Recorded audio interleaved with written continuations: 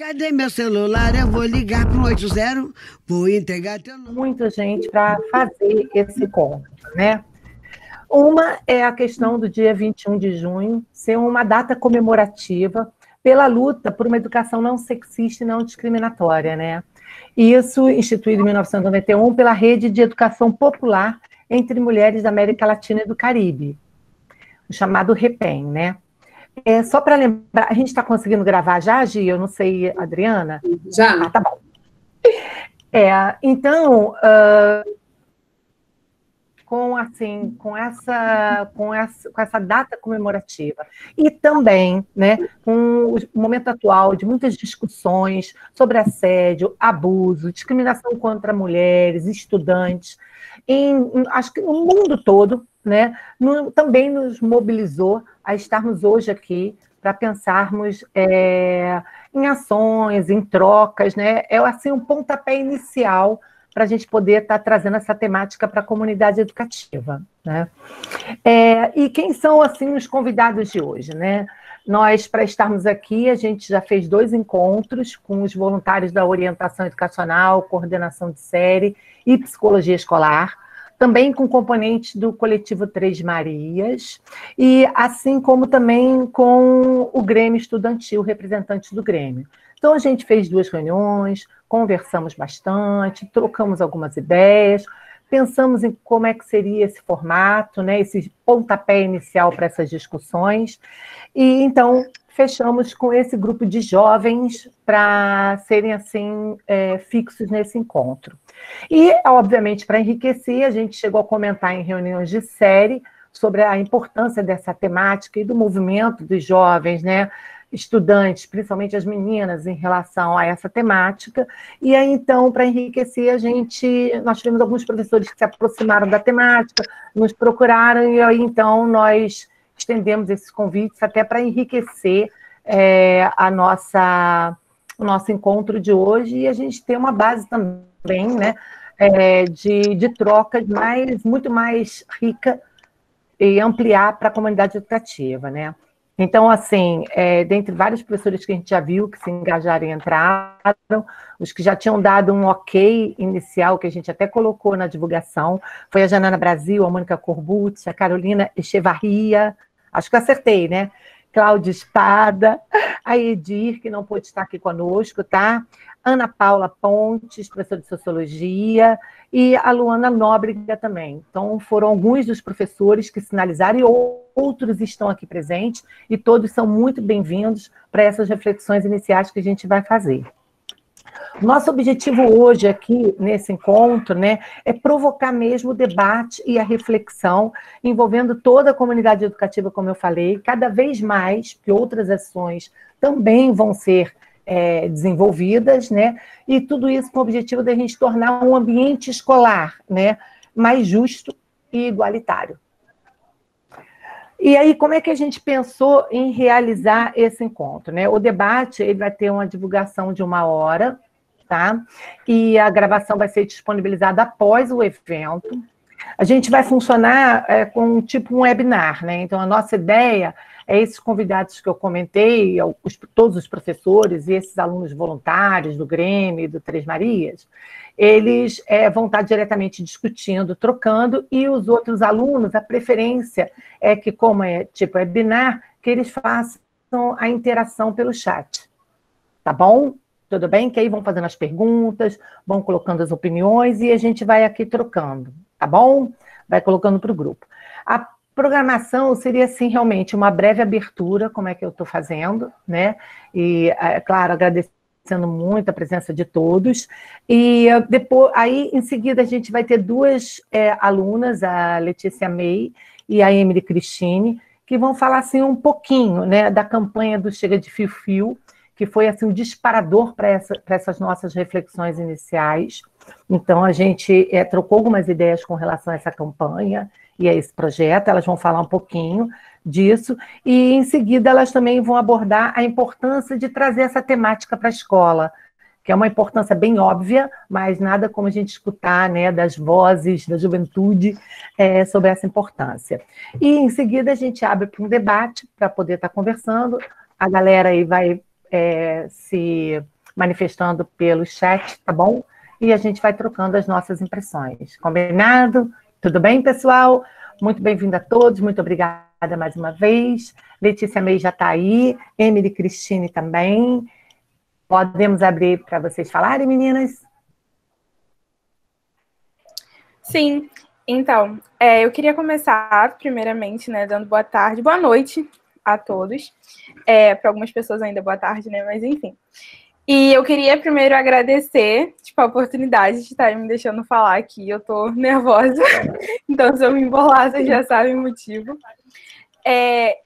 Eu e a Letícia, a gente conversou mais ou menos, então, tipo, a gente separou o que cada uma vai falar. E eu queria começar primeiro falando sobre a importância disso, que foi, tipo, a base da gente ter criado, né, da orientação educacional ter dado a ideia do debate, que é, tipo, a importância dessa temática ser falada na escola. Tipo, qual é a importância disso? E, assim, ao meu ver, é que, tipo, quando a gente tá no ensino médio, os adolescentes, eles estão, tipo, passando por aquela fase que eles já não são mais tão crianças, já começam a crescer um pouquinho, e aí começa aquela explosão de hormônios, né, e tem tudo aquilo, e toda aquela emoção, os professores sabem, né, o que a gente tá falando. Então, assim, e os alunos também sabem, porque a gente sente. Então, e as coisas começam a ficar muito intensas. Então, tipo, a gente tem que começar a estabelecer alguns limites. Porque, como na campanha, que eu vou falar um pouco mais à frente, tem algumas coisas que, assim, é saudável, mas já tem outras que já ultrapassam alguns limites. Então, assim, é muito importante a gente falar sobre isso. E a ideia, que é o que leva ao nome desse debate, que é o Chega de Fio-Fio, eu vou explicar um pouquinho o que é. Então, o que Chega de Fio-Fio? Foi uma campanha online criada pela Juliana em 2013, onde ela tem a função de combater o assédio. E, tipo, como que ela funciona? Ela tem um mapa colaborativo online, onde qualquer pessoa pode entrar pelo site mesmo da Chega de Fio-Fio. E aí você entra no mapa e você pode acrescentar locais onde você já sofreu algum tipo de assédio. E, assim, você não precisa só entrar para isso. Você pode, sei lá, tipo, vai conhecer um lugar novo. E aí você tá meio, né? E aí você vai pesquisar lá, vou ver quantos casos, se já teve algum caso, como é que funciona, qual que é mais ou menos o clima do local, e aí você pesquisa lá. Inclusive, teve uma das mulheres que usa esse mapa, que ela pesquisou o bar favorito dela e ela viu que tinha vários casos de assédio lá. Então, o que ela fez? Ela imprimiu todos eles e chegou lá no administrador do bar e falou, olha aqui, tá tendo muito assédio aqui, resolve. Então, assim, as pessoas nesse mapa colaborativo, elas podem acrescentar as situações passadas por ela, mas uma coisa que a Juliana, que foi a criadora, né, a fundadora, ela disse que ela não criou esse mapa para que as mulheres vissem, tipo, tá em azul, tipo, tá com uma bolinha azul, não vou poder ir lá. Tipo, não é para isso. É para poder entender por que alguns lugares são tão mais problemáticos do que outros. Porque tem alguns lugares que tem, sei lá, 1000 casos de assédio, e tem outros que já tem menos. Mas por quê? Então, tipo, ela fez isso que era pra gente entender. Às vezes é porque é uma rua sem iluminação, às vezes é porque é um bar onde os seguranças não estão prestando muita atenção, às vezes é um bar onde não tem seguranças. Então, assim, foi por isso que ela criou, e foi criada em 2013. E uma das coisas que ela falou ao contar um pouco sobre essa campanha, sobre essa iniciativa dela, foi que as pessoas perguntavam para ela, e resolveu? E, tipo, hoje, em 2020, 7 anos depois, ainda temos alguns casos, né? E, tipo, muitos casos, digamos assim. Então, não resolveu ainda. Por isso, né, a gente volta na importância de falar sobre isso no ensino médio, e eu acho incrível essa iniciativa da escola, então queria parabenizar a orientação educacional por ter promovido esse debate e os professores que estão presentes. É isso.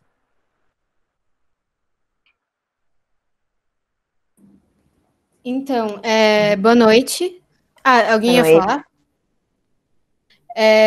Boa noite. Eu vou falar um pouco sobre a Juliana de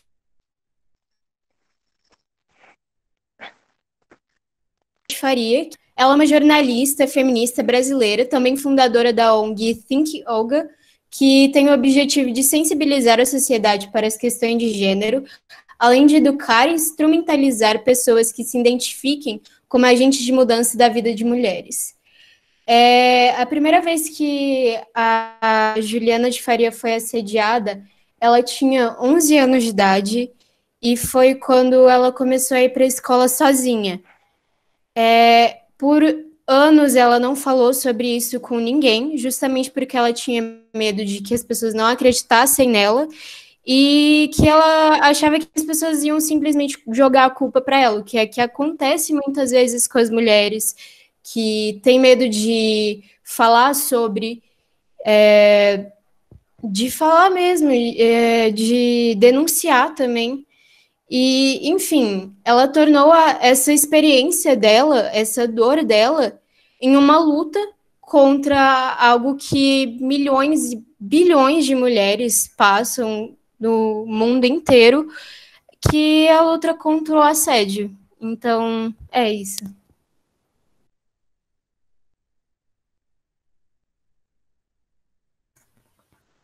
Ótimo, meninas. Então, pessoal, principalmente essa campanha, né, do Chega de Fio-Fio, foi que assim disparou a nossa discussão.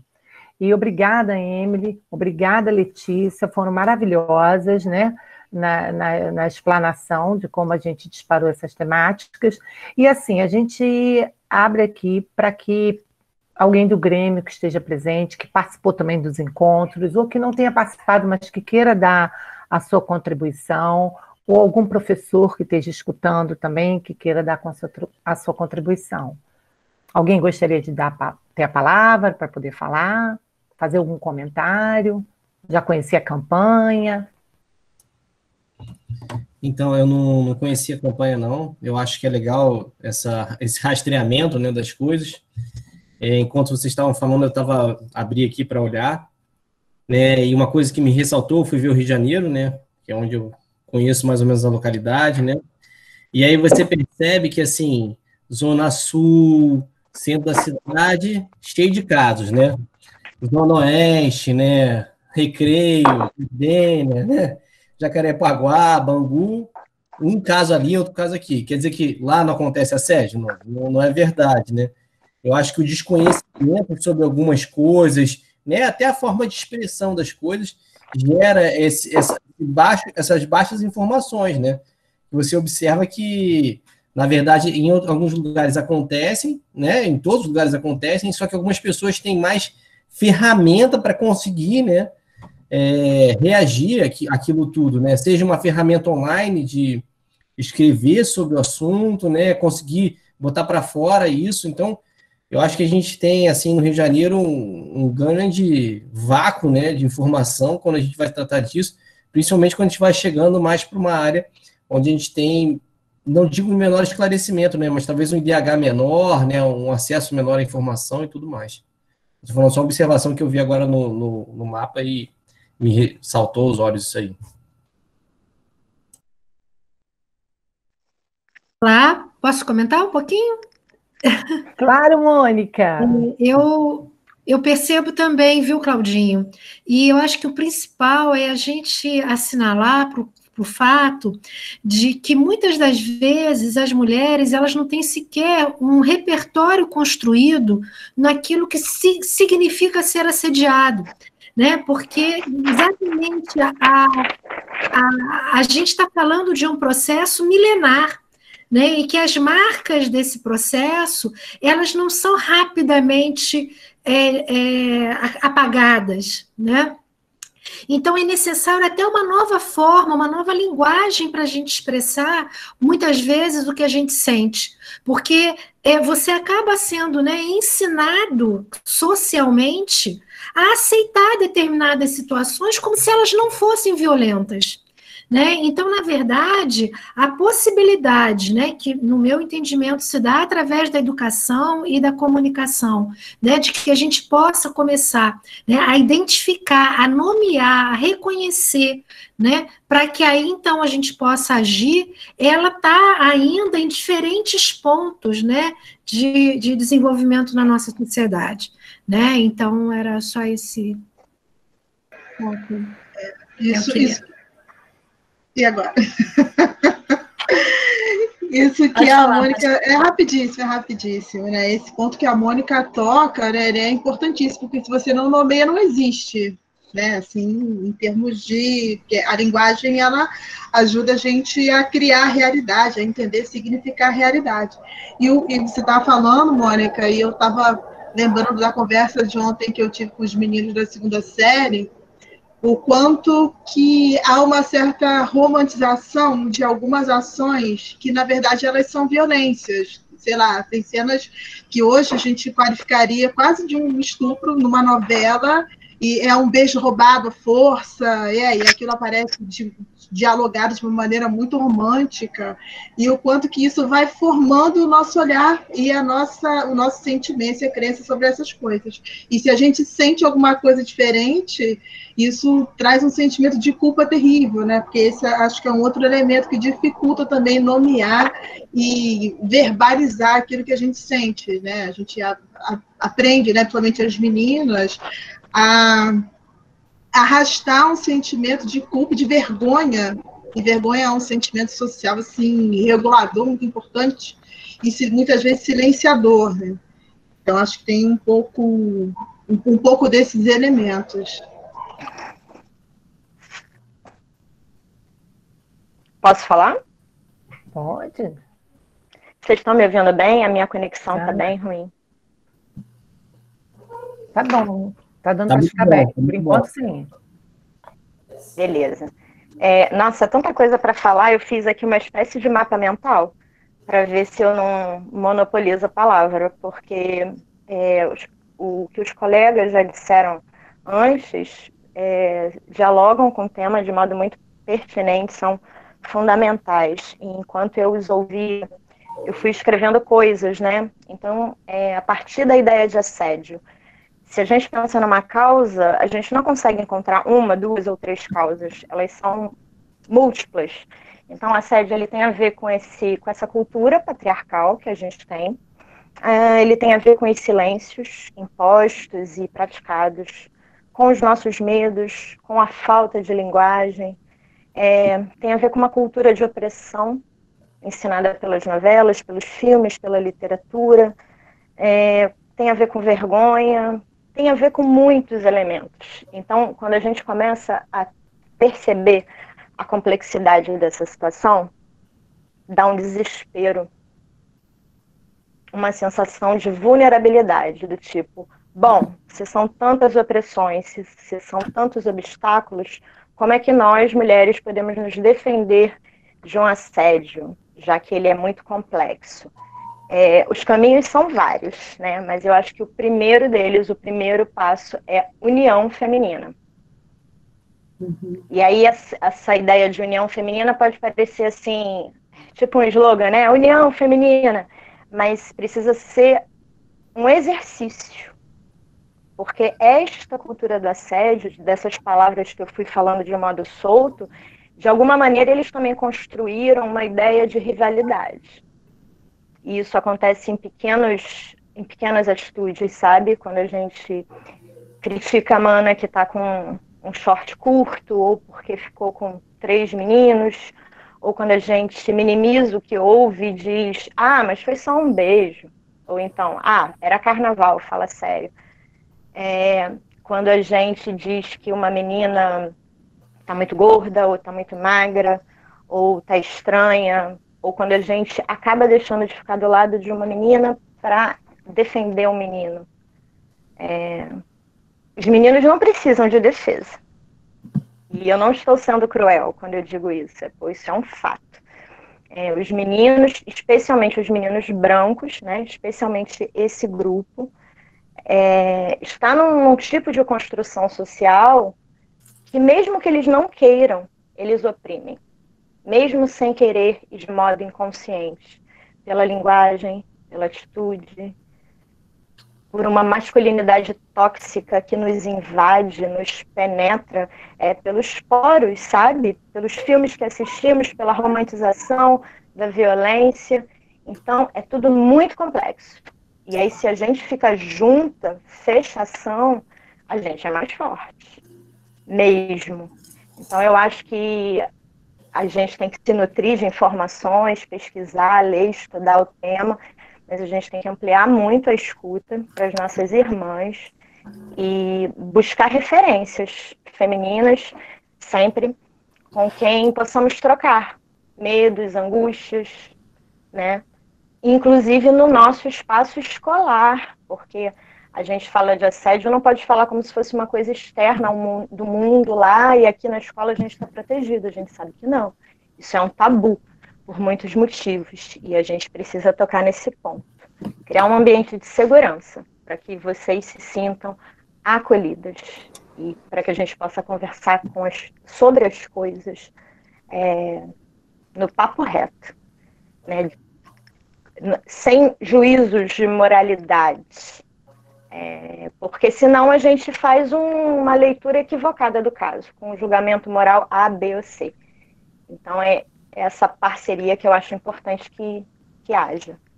Ai, gente, falei a beça, desculpa.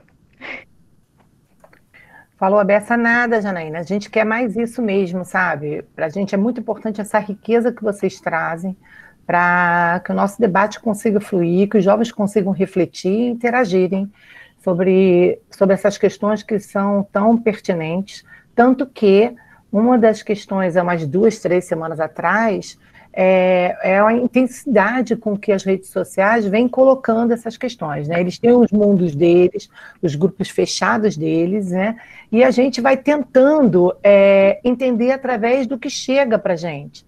Então, às vezes, chega um responsável muito tenso, né? Pode ser um responsável de um rapaz ou de uma menina, e aí a escola vai sempre assim, atuando, com reuniões com a família, com reuniões com o jovem, procurando sempre essa ideia de apoio e do processo educativo que se precisa ter, porque, na verdade, foi o que vocês falaram, é uma construção, e essa construção milenar, como a Mônica falou, não se desconstrói, né? Imagina, quanto tempo a gente vai precisar, se é que um dia isso vai, né? De qualquer jeito sair, mas foi o que você falou, Janaína, é um exercício mesmo, né? E é um exercício, é uma questão diária mesmo de estar pensando em toda a nossa construção como feminino, como masculino mesmo nessa sociedade, né? Mas assim, a nossa preocupação sempre tá? Assim, orientação, psicologia escolar, olhar, claro que a menina ela tem uma desvantagem muito grande nessa situação toda, obviamente, e a gente tenta dar atenção a todos, né?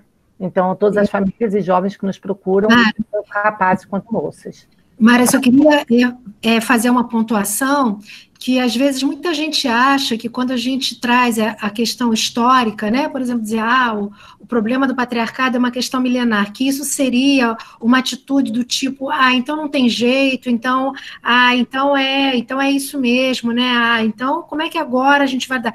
É exatamente o contrário, né? Quando a gente aponta que alguma coisa foi historicamente construído, o que a gente está dizendo é que isso foi feito por pessoas como nós. E que se foi feito, pode ser desfeito. Então, eu acho que é importante a potência do entendimento.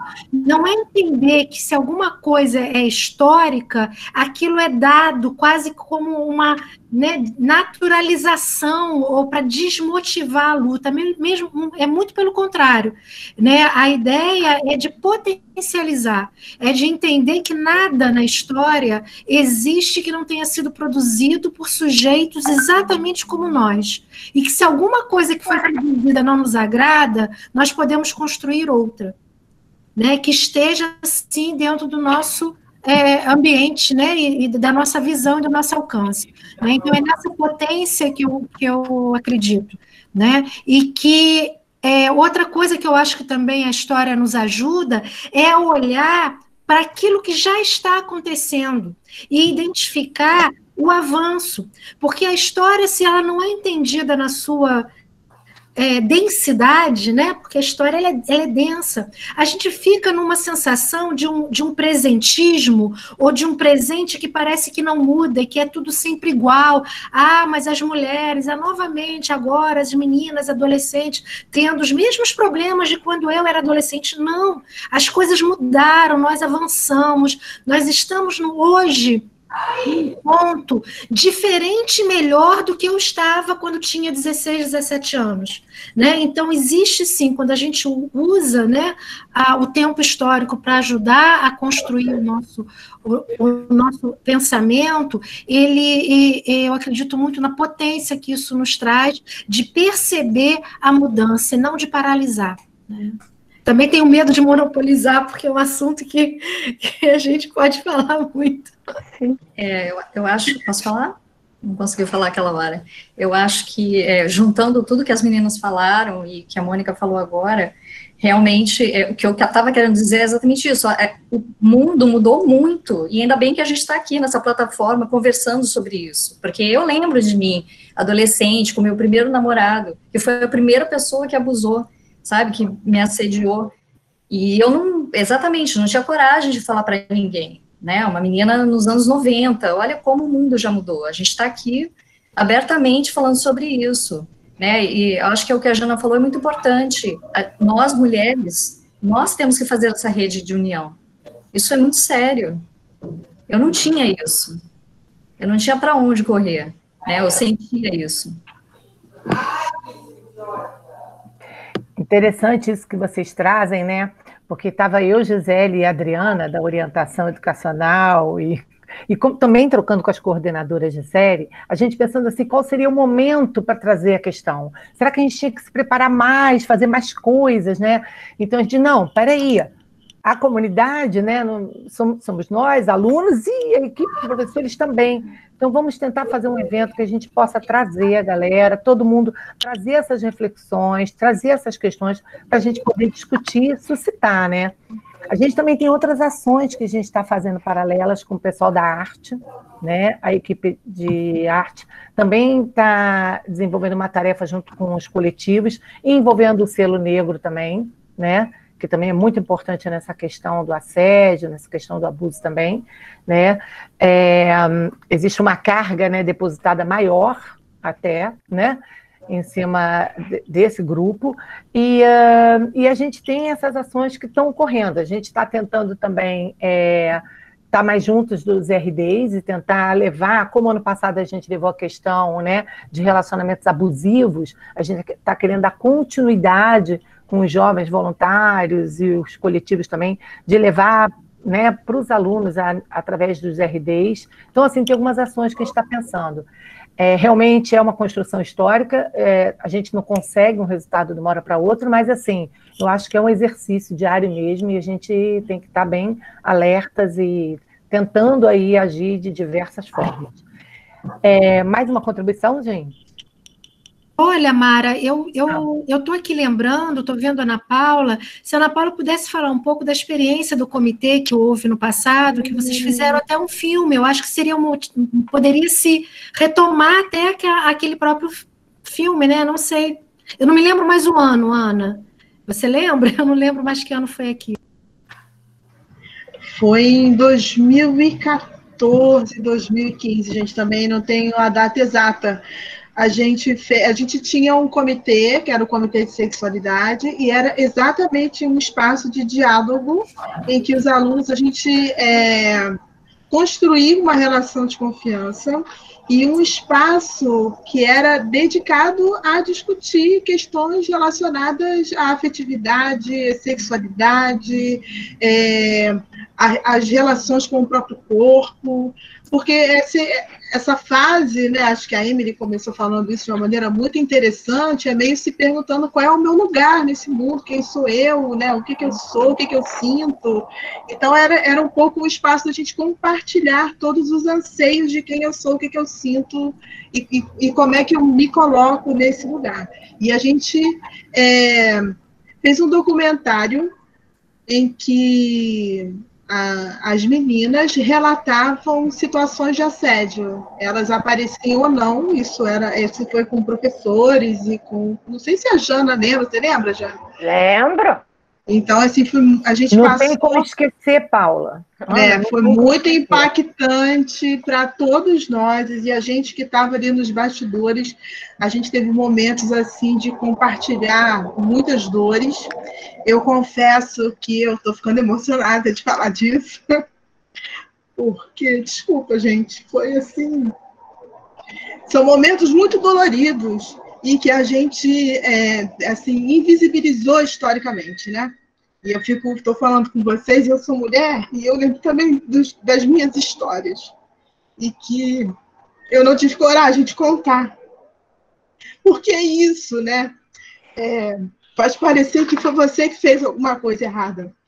E esse espaço de diálogo era um espaço muito importante, um espaço assim, em que era um espaço de desabafo, mas era um espaço também de compreensão de si mesmo, sabe? Eu não tenho esse documentário, infelizmente, mas eu sei que alguma menina tem. Alguma menina, eu estou lendo aqui os comentários. Alguma menina tem, eu sei que a gente já passou, e assim, a gente passou para os meninos, sabe? Que é muito importante que não só as meninas compartilhem, mas que os meninos ouçam. Porque se a gente tem uma capacidade humana, né, incrível, é essa capacidade de se imaginar na dor do outro. Então, acho que chegou a passar no teatro, né, Ana? Para toda a comunidade escolar. Passou no teatro. E assim, foi um momento muito emocionante, foi de silêncio total. E a Jana estava falando, eu lembrei de uma outra coisa, né? O quanto que essa lógica é tão perversa, que a gente incorpora essa lógica machista, as meninas, né? E aí a gente não pode pensar em culpa, por isso que não tem juízo de valor, né? Porque essa lógica é muito perversa e a gente está nessa engrenagem, e a gente acaba reproduzindo essa lógica da voz da mulher como de menor valor, de assim, menos confiável, ardilosa, tá sempre à espreita. Tem a ver um pouco, né, com esse imaginário da disputa feminina. E a gente escuta sempre esse discurso da mulher ardilosa. E isso tem a ver com um pouco, dificulta a sororidade entre as meninas. Enfim, gente, esse espaço do comitê era um espaço muito importante, mas as coisas foram acontecendo e as mudanças acontecem, faz parte do processo. Mas ano passado a gente ainda teve um hackeado, né, de gênero e sexualidade, que também acho que é um tema permanente para a escola, né? Eu trabalho isso na primeira série, eu trabalhei no hackeado, e não tem como, né? Porque isso envolve corpo, envolve identidade, envolve emoção, envolve a forma como você se coloca, como você impõe os limites, como a Amy falou, né? Qual o limite entre os corpos, né? E é muito difícil da gente, às vezes, estabelecer esse limite, porque muitas leituras são feitas e essa é uma fase que a gente busca aprovação pelo olhar do outro.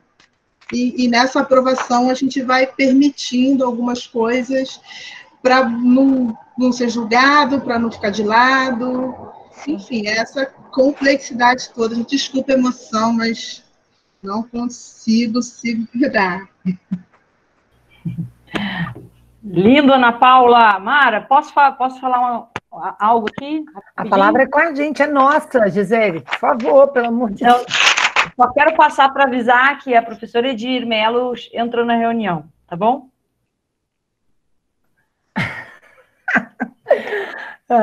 E você vai querer colaborar, Gisele?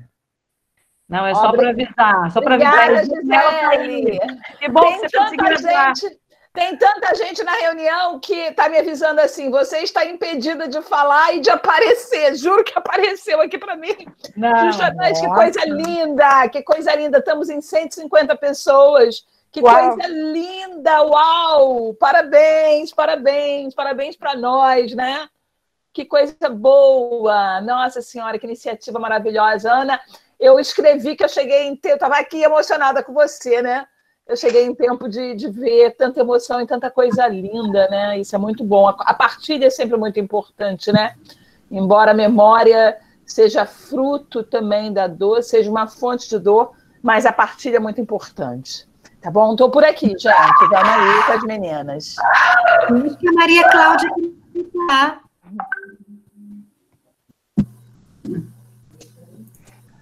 Lógico. A Maria Cláudia a Claudinha está querendo falar. Fica muito à vontade, gente. E, na verdade, eu falo de todos nós. Vamos lá.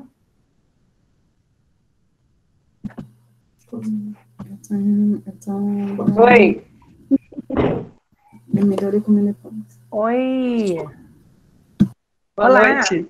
Boa noite. Eu sou Maria Cláudia Peixoto, eu sou mãe do Márcio Felipe, aluno da ENEM. Eu estou super emocionada com tudo que eu estou ouvindo. Eu sou professora e dentro de sala de aula eu faço o possível para mostrar para as minhas alunas que elas têm voz, elas precisam falar, elas são fortes, elas não estão sozinhas, que eu vou estar com elas para o que der e vier, que elas podem conversar comigo. Eu procuro estabelecer com os meus alunos essa relação de afetividade, de respeito. E principalmente com as meninas, porque eu sei que as meninas, elas sofrem. Elas têm. Porque a gente é muito gado. Elas sofrem. Elas sofrem porque elas não têm um corpo perfeito. Elas sofrem porque elas são julgadas por não serem perfeitas, por não estarem dentro de um padrão. Elas precisam, como vocês falaram muitas vezes, permitir algumas coisas para serem aceitas. E essa percepção de você ser dona de si, ser dona do seu corpo, você ser dona dos seus ideais e lutar por isso, eu, como professora, eu vejo que eu tenho obrigação de mostrar para as minhas alunas que elas têm esse contexto mesmo, né? Essa questão histórica que vocês falaram, realmente eu mostro para eles, a vida toda foi assim, mas por que tem que ser? O que falou que tem que ser assim? Por que a mulher ela tem que estar sempre abaixo? Por que a mulher ela tem que sempre calar a boca? Por que a mulher ela tem que aceitar a crítica porque o vestido está muito curto, está muito decotado, ou, sabe? Essa questão de aceitar qualquer história que eu tenho que aceitar, a gente não pode. Eu me emociono muito porque eu acho que 10 alunas, 7 têm uma situação de assédio, de violação do seu corpo. Eu tive, infelizmente, e por aquela pessoa que te proteger, né? Começa por aí, a pessoa que viola. E quando a pessoa que viola, te marca muito profundamente. E essa lembrança, ela pode te remoer, te maltratar a tua vida inteira, ou essa situação, ela pode te fazer forte e falar assim, epa, isso não vai acontecer nunca mais, não vou permitir, eu vou mostrar para as pessoas que eu estou tão emocionada que eu acho que eu estou até me perdendo na minha fala, porque é ver as mulheres se unirem, e porque essa disputa também enfraquece a nossa causa, esse causa entre aspas, tá? Essa disputa entre as mulheres de você diminuir a outra para poder se sentir melhor, isso, infelizmente, faz com que a gente fique fraca, né? Que enfraqueça o nosso movimento, a nossa causa, a nossa briga, a nossa luta, ao invés de realmente fortalecer, em vez de fortalecer. E eu estou muito feliz pela iniciativa da escola, sabe? Eu fico muito feliz. O SESC, gente, é uma escola que eu amo de paixão. Eu vejo meu filho amar essa escola e se fortalecer. O meu filho é outra pessoa depois que ele foi, no sentido de que ele ficou mais forte, sabe? Ele se encontrou, ele conseguiu dizer, eu sou assim, e isso é muito importante para mim, sabe? Isso é muito importante para mim.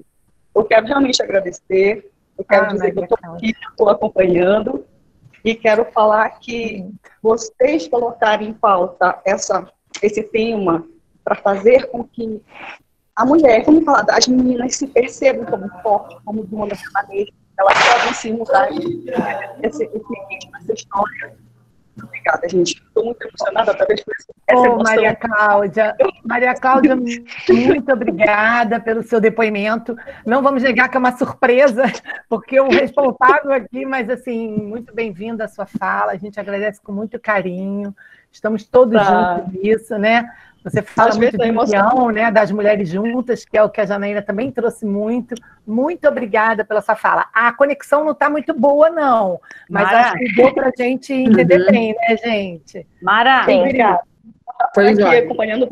Mara, Oi, alguém está chamando? Laura, aluna Laura, quer fazer uma pergunta aos professores. Tá bom, obrigada, Maria Cláudia. Obrigada, gente.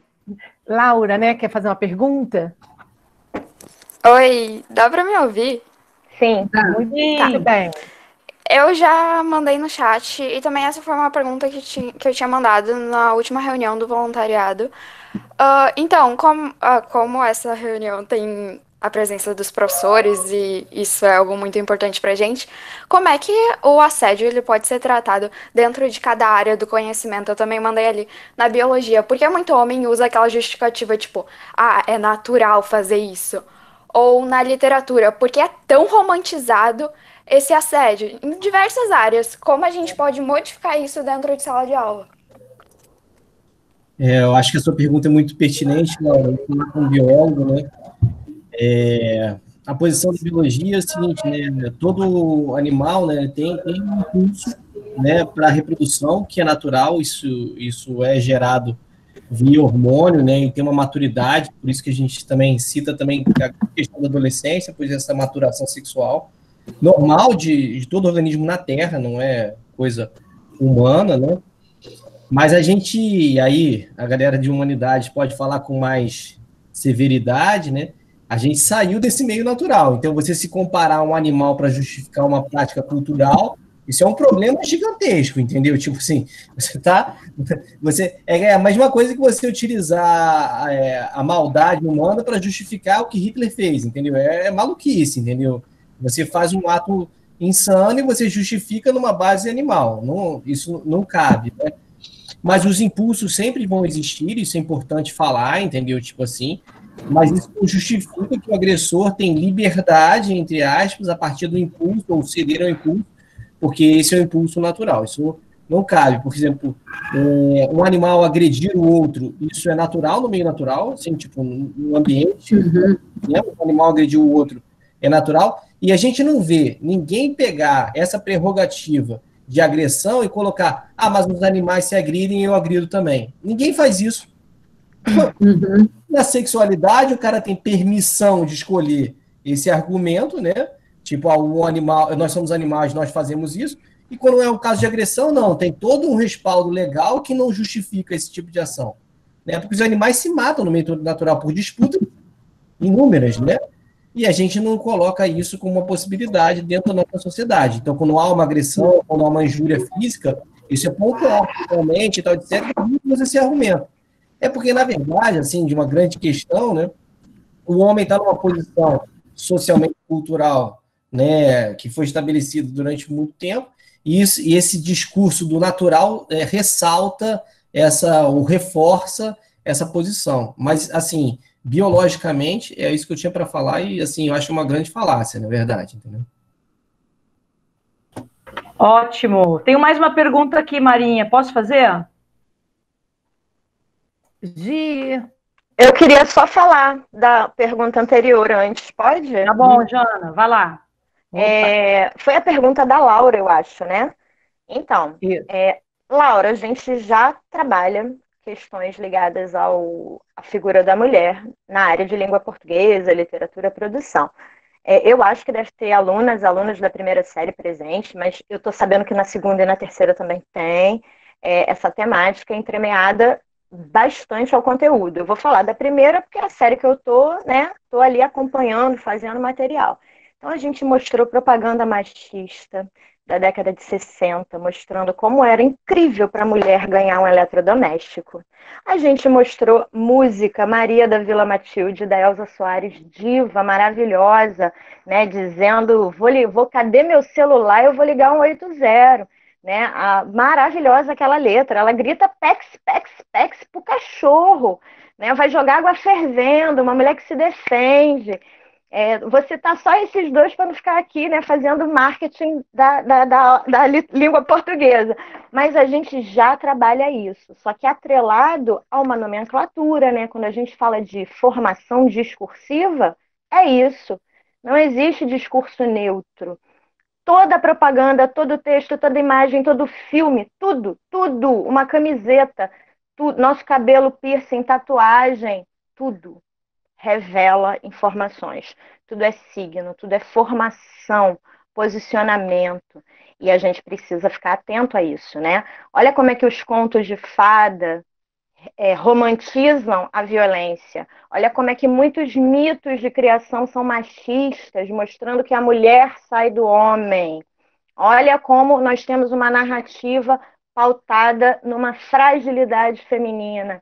Então, a gente está tocando bastante o dedo nessa ferida, porque não só porque o conteúdo é importante, o conteúdo de formação discursiva, ideologia, palavra que vem sido usada de um modo errado, né?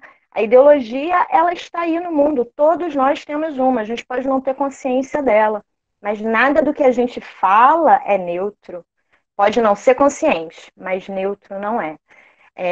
Mas esse conteúdo ligado à mulher, né, a gente já vem trabalhando e a gente tem observado um posicionamento incrível nas alunas e muitas alunas da primeira série dizendo a propaganda machista, repressora. Isso nos deixa muito feliz, com esperança no futuro, né? Porque muita coisa já mudou da minha adolescência para agora, mas muita coisa tem que mudar, porque ainda não está legal, ainda não está maneiro. Só para dizer, posso falar? Fala aí, Edir. Não, que a Janaína falou uma coisa incrível, né? E eu gosto muito de literatura, enfim. A nossa área, como toda, acho que todos nós, né? E a Janaína fala assim, uma coisa que eu acho muito legal, que assim, pode não ser consciente, mas tem uma ideologia, né? Tem uma intencionalidade, mas pode não ser consciente. E é justamente isso que o Claudinho trouxe, justamente essa falta de não consciência vem da cultura, que nos impregna o tempo todo, às vezes passa batido, inclusive, certas coisas, e só quando a gente faz a análise de discurso e que a gente consegue entender determinadas situações, né? E a outra coisa que você falou que eu achei muito legal foi assim, a ideia da fragilidade da mulher, porque tem uma ambiguidade na história que é mitificada da mulher. Ora, a mulher fragilizada da costela de Adão, né? Mas ora também é o extremo, a força poderosa da mulher, mas sempre maléfica. Quando tem poder, é maléfico. Isso aqui, já por si só, a gente podia fazer outro encontro só para fazer essas análises, porque é muito interessante, né? Poderoso, os discursos são poderosos, e eles atravessaram a história e nos formaram culturalmente, né? E, na verdade, o tempo todo a gente tem hoje uma ideia assim da disputa do discurso, e o discurso é poder, e está inventando e instaurando a realidade, né? Deixa eu só lembrar uma coisinha. Eu não sei se vocês já falaram, porque eu cheguei atrasada, mas eu preciso contar uma coisa para vocês e preciso falar do nosso SESC, né? Da nossa escola e do SESC. Ontem o SESC foi premiado, eu não sei se vocês falaram aqui, ontem o SESC foi premiado como uma das melhores empresas para o trabalho feminino. Eu fico emocionada. Great Place to Work. Nós ganhamos o selo da melhor empresa para as mulheres trabalhar. Tá bom? O SESC quer chegar no primeiro lugar, tá bem? E aí eu vou contar a surpresa que nem eu sabia. Cada setor teve uma mulher escolhida. Eu fui a mulher da escola escolhida, enviei uma foto dizendo que tenho orgulho de ser mulher e trabalhar no SESC. Eu queria dizer, porque eu sei que as meninas estão ouvindo para dizer que instituição é essa. Não é à toa que estamos aqui reunidos para falar disso, né? O SESC é uma empresa que valoriza a mulher, tá bom? Eu não quis fazer a propaganda, mas assim, eu acho que assim, o SESC fica na nossa veia, né? A gente aprendeu a ser SESC através dessa escola que a gente ama, através dessas meninas, dos meninos, claro, também, mas através dessas meninas que a gente ama, né? Das pessoas. Eu prefiro falar assim, a gente está numa fase muito pós-gênero, né? Meu filho tem ensinado muito com essa ideia de pós-gênero. Então eu gosto com essas pessoas lindas que conhecemos, né? Gente, eu queria me despedir, eu tenho um compromisso agora às 19 horas, outro compromisso online, vou sair. Ana, nós vamos virar a rainha, nós vamos virar as rainhas do webinar, eu estou aqui lá, o Gustavo já me escreveu aqui, você não vai entrar lá? Eu falei, calma que o papo aqui tá bom.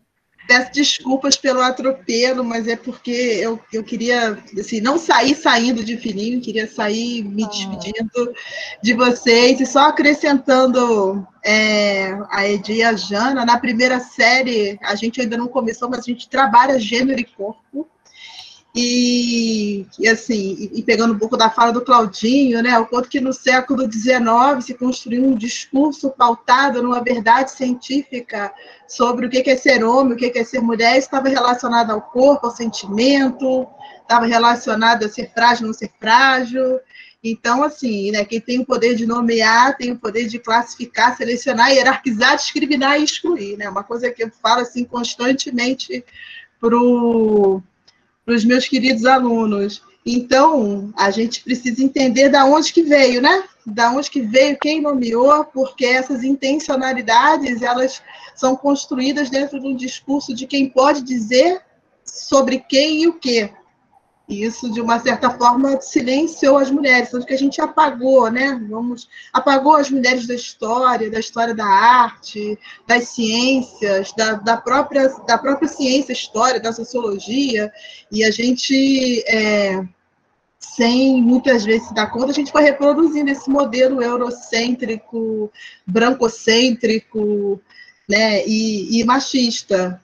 Então, e principalmente, mais ainda das mulheres negras, né, que a Mônica comentou aqui no chat. Se as mulheres brancas elas foram apagadas da história, as mulheres negras elas não existiram. E a gente, como mulher branca, precisa falar sobre isso, né? A gente precisa saber do nosso lugar de privilégio, porque eu sou discriminada sim, mas como mulher branca eu tenho muitos privilégios. E é preciso reconhecer meu lugar de privilégio para poder, de fato, porque não dá para falar de gênero sem falar da questão racial. Eu acho que isso é fundamental. Isso não dá para falar dessas coisas em separados, porque uma coisa está diretamente ligada à outra, né? Quando a gente está falando de feminismo, né? De que feminismo a gente está falando, né? Quando a gente está falando de luta pelas mulheres, de que mulheres a gente está falando, né? E quais bandeiras que a gente adere. Então, a gente precisa ficar muito atento a isso. E é importante... Ai, gente, eu estou lendo aqui os comentários... Está gravando, né? Não posso ser muito eu. Não posso ser muito eu, tá ótimo. É isso. E isso é uma outra coisa também que eu quero dizer para vocês, né? A gente, assim, desculpa estar falando muito, mas a gente é educado a ficar sempre contendo, né, os sentimentos, o que a gente pensa, como a gente expressa. Os homens têm essa total liberdade. Eles podem rir alto, arrotar, e é engraçado, né, fazer tudo isso. Tudo é bem-vindo nessa expressão masculina, né? Então, as meninas têm que estar sempre pensando como elas vão se expressar. E depois que eu fiz 50 anos, gente, desculpa, eu joguei isso tudo pro alto, e agora... É liberdade, né? Porque isso é que é liberdade de fato, né? Você se permitir ser quem você é. Claro, dentro, sabe, sei lá, o que é bom senso, né? Mas dentro daquilo que a gente precisa adequar cada espaço. Tá? Obrigada, tá, gente? Saudades. Ana, muito bom. Obrigada, Ana. Ana, sempre brilhando. Eu queria também fazer um comentário, né? Que claro que durante o decorrer, né, dos 3 anos em que nós passamos com eles, as questões que hoje a gente chama de questões sensíveis, elas vão aparecer, né, que são as questões que envolvem as questões de sexualidade, de gênero, de preconceitos, né, de todas as origens, principalmente de raça, e aos poucos a gente vai desconstruindo essa visão, né, eurocêntrica e centrada numa determinada personagem, né, que é o homem branco, macho, hétero, cristão, e que criou, né, essa modernidade da qual agora a gente está lutando tanto para superar, porque ela não faz bem a ninguém, né, ela não faz bem nem a eles mesmos, né? Então, isso é importantíssimo, né? Agora, uma outra coisa que eu acho que é muito importante é o seguinte, na hora de tratar, né, as questões das meninas na escola, e eu falo isso da época, né, em que eu fui tutora e da parte em que chegavam, como que é importante também a gente mostrar para as meninas que às vezes ela entra em determinadas questões, né, emocionais e ela não se dá conta que ela está entrando numa condição que é uma condição da mulher, né, que se não consegue sair daquele lugar subalternizado, ou de um lugar onde ela parece que não tem alternativa. Quantas vezes ao distribuir uma prova, por exemplo, um menino tira uma nota baixa e uma menina tira uma nota baixa. O menino olha, tá nem aí, ou dá eu falo assim, aí, né, não estudou, né, professora, teve isso, teve o jogo de não sei o quê, teve a reunião, e a menina toma aquilo como uma falha, eu não vou conseguir, eu não sou capaz, mas eu não vou superar, porque eu estudei muito. Eu falo assim, olha só, isso daqui que a gente está vivendo é uma questão de gênero, sabe? Por que você está nesse lugar, né? Por que você está vivendo? Olha só como é que teu colega saiu daqui. Vê se ele está mal com ele mesmo, né? Porque uma nota não foi boa. É só uma nota baixa, entendeu? Você não tem que trazer para dentro de você esse peso que não te cabe, né? Vamos olhar o mundo com essa leveza, né? Então, tratar as questões que aparecem, também apontando para elas quando é que estão ali, né? O pensamento da Djamila, né? Interseccionalidade, né? O quanto que está influindo as questões ligadas à raça, a gênero, à orientação sexual. Tudo isso faz parte da maneira como a gente sente, né? Da maneira como a gente constrói subjetividade, da maneira como a gente se coloca no mundo. E tudo isso, né, é construção histórica, né, que a gente precisa estar ali a todo momento. Eu acho que é muito importante não achar que uma coisa é a teoria que está no papel e outra coisa é a vida, né? Eu cresci num mundo muito dicotomizado, né? Então,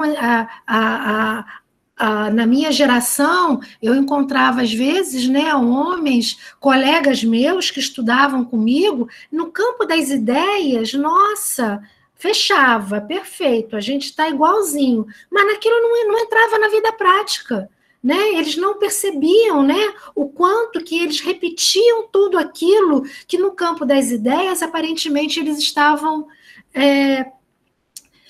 sendo contra.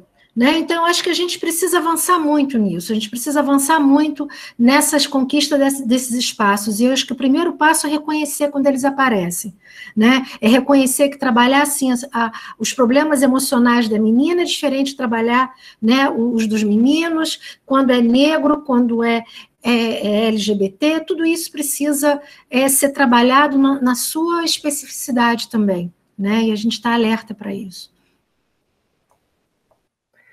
Obrigada, Mônica. Tinha uma pergunta. A Laís, né? Tinha uma pergunta. É porque teve duas pessoas, que eu acho que foi a Júlia e o Cop. Eles falaram justamente dessa questão de como iniciar essa discussão em casa, sabe? Tipo, com a família e tudo mais. E eu ia dar uma sugestão para eles, tipo, aqui em casa também, assim como Laís, eu jogava... Laís, posso fazer a pergunta, só para as pessoas entenderem o contexto? Pode. Ele perguntou assim, como introduzir debates como igualdade de gênero com a família e amigos, sendo um homem branco? E a Júlia, a pergunta dela é como lidar com o machismo na família. Então, aí eu ia falar justamente sobre isso, sabe? Que em casa também é presente, assim como em qualquer lugar. Mas quando houve a ocorrência dos exposeds, por exemplo, a minha mãe veio perguntar, tipo, sobre como foi isso, como que as meninas se posicionaram em relação a isso, como que, tipo, se juntaram para fazer isso, sabe? E, assim, se iniciou uma discussão, aí eu comecei a falar para ela, tipo, quando você tem esse tipo de atitude, a falar, por exemplo, pro meu irmão, que, tipo, ele tem que se comportar como homem, alguma coisa assim, e aí sim, entendeu? Então, é em pequenas situações que isso vai acontecer. Acho que essa questão da família é basicamente centrada nesse ensinamento do homem, sabe? Tem um documentário muito bom na Netflix chamado The Mask You Live In, que, tipo, é incrível, o Foucault passou para a terceira série pra gente assistir. Eu achei, tipo, simplesmente perfeito, porque ele vai falar, tipo, como essa virilidade do homem é construída. Eu acho que discutir essa questão do assédio sexual, de outras diversas coisas, da desvalorização que a mulher sofre, tipo assim, não tem como isso acontecer sem a gente discutir a questão do homem, sabe? Porque, querendo ou não, o homem também ele vai ser afetado por esse machismo. E extremamente por conta disso. Acho que a causa principal é essa questão do homem ter que provar que ele é macho, que ele é viril, que ele tá acima dos outros, que ele é o melhor, entendeu? Os homens, assim como as mulheres, vão viver num sistema de competição gigantesco. As mulheres competem de si. A gente tem a questão da competição feminina. Mas os homens entre si competem muito. Eu acho que tem que começar, principalmente através dos homens, sabe? Explicar para uma mulher que ela vai ter o apoio da família, que ela vai ter as pessoas ali ao redor, tipo, sentar, sei lá, com a sua prima de 10, 12 anos e conversar sobre isso, sabe? Porque com 10, 12 anos você ainda não tem tanta noção disso. Você vai passar a ter noção disso na adolescência. E, principalmente os meninos, explicar desde pequeno, sabe? Que você não tem que se colocar toda essa pressão, não tem que evitar chorar em público, não tem que ser homão, ser machão, porque é exatamente aí que começa, sabe? Exatamente com os meninos que vai começar. Então, acho que é principalmente isso, e discutir principalmente com as crianças, porque às vezes não vale tanta a pena quebrar a cabeça com adultos, sabe? Porque, tipo, óbvio que eu vou ter muitos adultos conscientes, mas outras pessoas viveram, tipo, uma cultura diferente, toda uma era diferente da nossa, e não vai valer a pena quebrar tanta cabeça com eles, entendeu? Então, explicar para crianças que elas vão ter aquele apoio. Acho que é isso que eu ia falar. Obrigada. Posso falar? Pode. Quem é? Vai, Janaína. Janaína, vocês conseguem me ver? Eu tive um probleminha aqui na rede. Estamos escutando, Garcia. Estamos escutando e estamos te vendo. Ana, estamos te vendo. A rede está horrível, Jana, mas vamos lá. A gente está te vendo por uma janela e te ouvindo por outra, Jana. Ouvindo o áudio por um lugar e falando por outro. Mas está dando para escutar bem, Janaína. Mas está dando eco para mim. Peraí. A gente também um pouquinho, mas está dando para escutar. Para a gente também. Peraí, vê se vai melhorar. Agora passamos um pouquinho do horário, mas a gente fecha aí com a fala da Janaína, né, meninas? Vamos. Gente, estão me ouvindo? Tá ótimo. Então tá. A pergunta, eu acho que é do COP, sobre como tratar com essas questões de gênero sendo um homem branco. A pergunta foi mais ou menos assim, não foi? Foi sim. Então, sim. COP, você primeiro precisa perceber que, de verdade, que você tem privilégios. Primeiro, por ser homem. Segundo, por ser branco. Então, como é que você pode trabalhar essa questão sem querer ensinar o oprimido? No caso, a oprimida que é a mulher. Você vai mostrar a sua situação de privilégio interferindo nela. Então, por exemplo, rolou um almoço na família, aquele loução. E aí, o que você vai fazer? Pô, mãe, deixa que eu lavo a louça.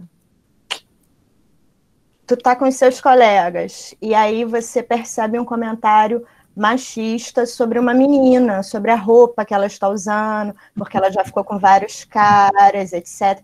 O que você, na sua situação de privilégio, de homem branco, vai fazer? Cara, isso é mó vacilo. Olha o jeito que você tá tratando a menina, cara. Ela é um ser humano, ela não é um objeto. Ela não se reduz a um par de seios. Eu sei que vocês não usam esse vocabulário, né? Mas eu não vou usar aqui. Então é isso, interferir observando que o seu lugar de fala é um lugar que está na nossa sociedade com privilégio. E como é que você pode desconstruir isso? No próprio meio, na própria família, nos amigos, mostrando como você pode chorar, ajudar na limpeza de casa, como você pode fazer uma crítica a um amigo. Eu sei que não é fácil fazer crítica a amigo. A gente fica mal. Eu já até perdi a amizade, juro. Porque em algum momento você precisa decidir se você vai ter amizade com pessoas que são intolerantes, que são homofóbicas, que são racistas, que são machistas. Eu decidi que não vou ter. Então eu tive que romper relações que começaram no ensino médio. E depois de mais de 20 anos de amizade, eu percebi numa fala que aquela pessoa, na verdade, se escondeu de mim 20 anos. Porque disse, imagina se eu vou viajar com uma galera lésbica, gay, o que vão achar de mim? Não quero essa pessoa no meu ciclo de amizade. E aí eu pontuei, ela não gostou, e a gente rompeu a relação. Então, não estou propondo que você saia por aí desfazendo seus amigos, né? Mas para você poder interferir, educá-los, né? Porque só assim a gente consegue construir um mundo melhor. O movimento feminista é um movimento de mulheres para mulheres, mas nós precisamos de aliados. É isso. Perfeito. Gente, maravilhoso, né? Bom, são quase 7h10, não é isso? 19h10.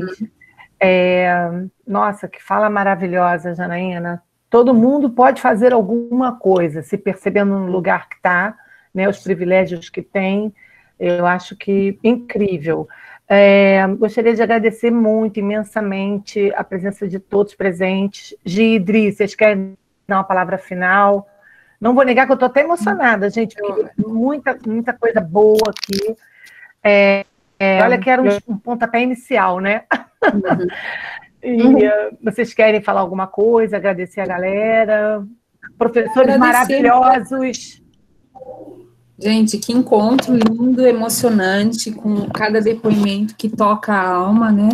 E que riqueza, né, de conteúdo que a gente trocou.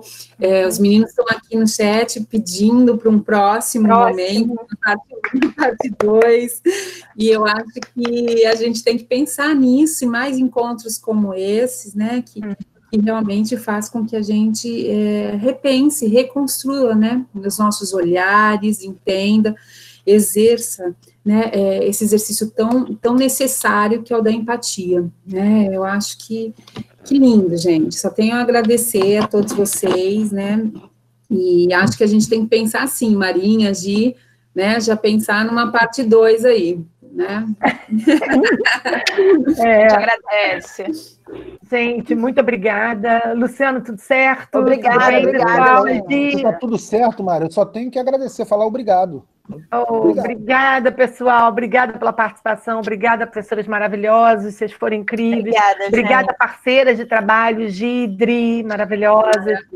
Gi. Muito obrigada, gente. Obrigado. Forte abraço. Até a próxima. Todo mundo na festa junina domingo, hein? Parabéns, Tacadinha! Parabéns, Claudinho!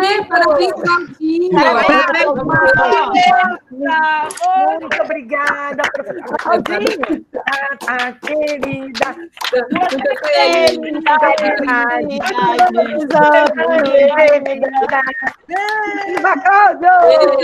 Obrigada, professor! Todos os professores, os professores convidados. Formidável. Carolina, Janaína, nossa, Ana Paula. Gente, muito obrigada. Um beijo, gente. Obrigada mesmo. Obrigada, Foi ótimo, Mônica. Obrigada. Obrigada. Arrasaram. Três Maria, show. Foi maravilhoso. Essa equipe de mestres. Três Maria e Selo Negro, resistir. Vamos que vamos. Vamos que vamos. Dá-lhe coletivos. Beijo, gente. Tchau. Até a próxima.